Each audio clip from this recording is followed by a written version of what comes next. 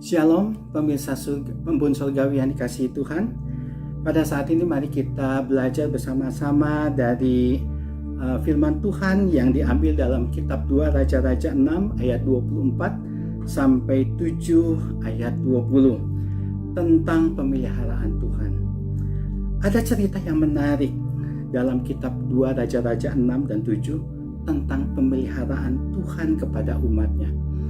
Ketika Raja Aram yang bernama Ben-Hadad menyatakan perang kepada Israel, dia mempunyai taktik yang luar biasa baik karena dia mengepung kota Samaria sedemikian rupa sampai penduduk kota Samaria tidak mendapatkan suplai makanan sehingga mereka menderita kelaparan. Demikian hebatnya kelaparan yang terjadi di kota Samaria sampai tidak ada sedikit pun makanan di sana. Bahkan diceritakan ada 2 orang wanita yang akhirnya sepakat untuk membunuh masing-masing anaknya untuk mereka makan. Akhirnya wanita pertama itu membunuh anaknya dan mereka makan bersama-sama. Tapi ketika wanita yang kedua akan membunuh anaknya, wanita kedua itu ingkar janji dan ia tidak melakukan seperti apa yang dilakukan oleh wanita pertama. Wanita pertama marah sehingga ia mengadukan hal ini kepada raja, dan raja ketika mendengar hal itu, raja begitu marah, sedih, kecewa. Karena apa? Karena rakyatnya begitu menderita kelaparan. Lalu raja menyalahkan semuanya itu kepada Nabi Elisa, nabinya Tuhan yang ada di sana. Percuma katanya ada nabi Tuhan di sini. Tuhan tidak melakukan apa-apa melalui dia. Lalu akhirnya dia mengutus seorang perwira untuk datang kepada Nabi Elisa. Akhirnya perwira itu datang kepada Nabi Elisa dan mengatakan apa yang dikatakan raja.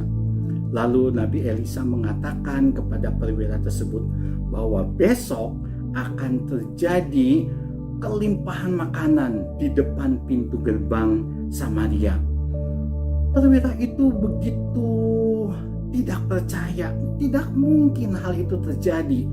Selama ini kita kelaparan dengan begitu lama, dan engkau mengatakan besok akan ada kelimpahan makanan di depan pintu gerbang Samaria.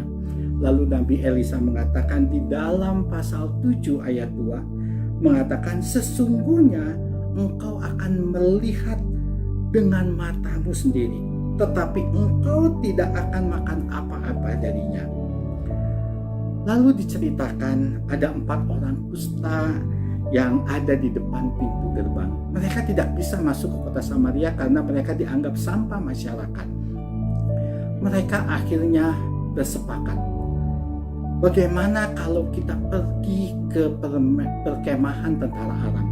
Di sini kalau kita diam saja, mereka akan mati. Sedangkan kota Samaria kelaparan.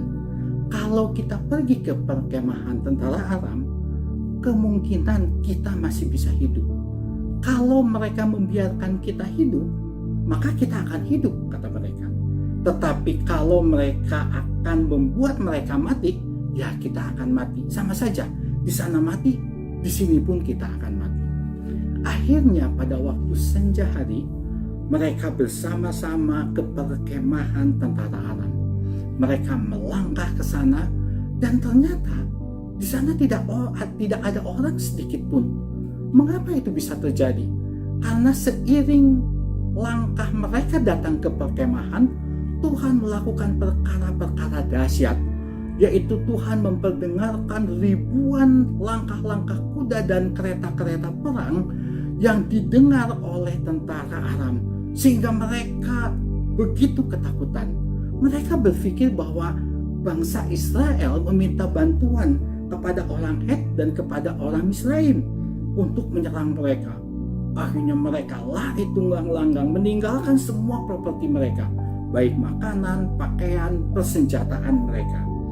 4 orang kusta ini akhirnya masuk ke perkemahan itu dan makan sepuasnya apa yang bisa dimakan oleh mereka. Ketika mereka kenyang, mereka merasa bahwa tidak baik kalau mereka makan berempat di situ. Mereka berpikir bagaimana kalau kita ceritakan ini semua, bagikan ini semua kepada penduduk kota Samaria. Akhirnya mereka datang kepada penjaga pintu gerbang untuk memberitahukan bahwa banyak makanan di sana. Lalu penjaga pintu gerbang juga memberitahukan kepada raja, sehingga raja memerintahkan penduduk Israel untuk datang ke sana dan mendapatkan makanan. Bagaimana dengan perwira yang tidak percaya?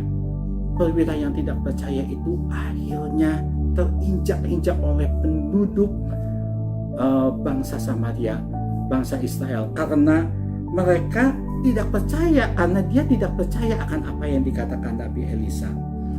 Saudara, apa pelajaran yang kita bisa ambil di dalam cerita ini? Jangan kita berpikir kita harus sempurna dulu, pintar dulu, hebat dulu bila kita mau dipakai Tuhan. Karena Tuhan dapat memakai apa saja dan memakai siapa saja untuk melakukan kehendaknya. 4 orang kusta ini adalah 4 orang yang tidak diperhitungkan oleh penduduk Samaria. Bahkan mereka tidak boleh tinggal di kota Samaria. Tetapi mereka yang disebut sampah masyarakat dipakai oleh Tuhan untuk menyelamatkan penduduk kota Samaria. Bagian kita hanya melangkah, bergerak, dan maju bersama Tuhan. Bagian Tuhan melakukan perkara-perkara dahsyat. Jadi saudara, melangkahlah bersama Tuhan untuk mendapatkan perkara-perkara dahsyat. Amin.